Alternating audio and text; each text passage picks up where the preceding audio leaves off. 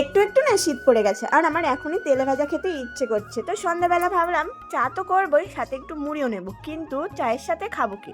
তাই আমি একটা আলু, একটা পেঁয়াজ, লঙ্কা, ধনেপাতা এসব কুচি কুচি করে কেটে একসাথে নিয়ে নিলাম। তার সাথে আমি দিয়েছি সুজি আর একটু ময়দা। আমি চালের গুঁড়ি খেতে পারবো না, আর বাড়িতে বেসন ছিল না। নতুন আইডিয়া দিয়ে নতুনভাবে তৈরি করে নিলাম সুজি আর ময়দা দিয়ে আলু পকোড়া, পেঁয়াজও বলতে পারো। হাত দিয়ে চটকে চটকে মেখে নিলাম লবণ, নুন, হলুদ দিয়ে। আগে থেকে আমার একটু কড়াইয়ে তেল ছিল, ওটা একটু ইগনোর করো বন্ধুরা। আর আমি গরম হওয়ার সাথে সাথে কিন্তু পকোড়াগুলো ভেজে নিলাম।